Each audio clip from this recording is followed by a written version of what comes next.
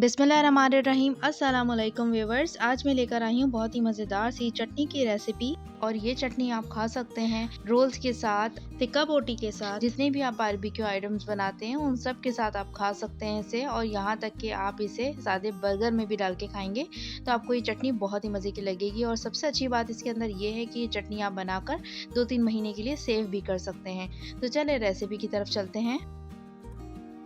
मैंने एक गड्डी ली है यहाँ पर धनिए की, और साथ ही मैंने हरी मिर्चें यहाँ पर ली हैं 4 से 5 अदद। लहसुन के जवे मैंने यहाँ पर लिए हैं 5 से 6 अदद। पुदीने की भी हम एक गड्डी ले लेंगे और इसके पत्ते हम अलग कर लेंगे। एक इसके अंदर टमाटर जाएगा बड़े साइज का।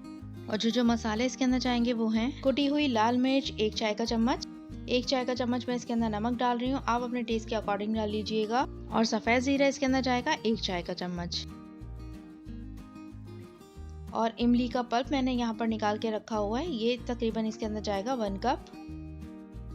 और 1 खाने का चम्मच इसके अंदर जाएगा सफ़ेद सिरका। टमाटो केचप इसके अंदर जाएगा 2 खाने के चम्मच। अब इन तमाम चीज़ों को एक साथ हम ब्लेंडर में डालेंगे और इसे ब्लेंड कर लेंगे।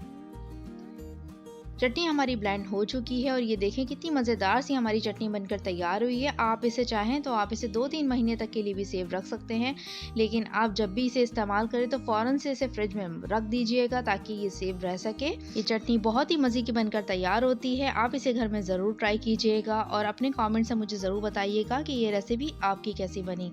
और अगर आपने मेरे चैनल को अभी तक सब्सक्राइब नहीं किया है तो प्लीज़ कर दीजिएगा। अल्लाह हाफिज़।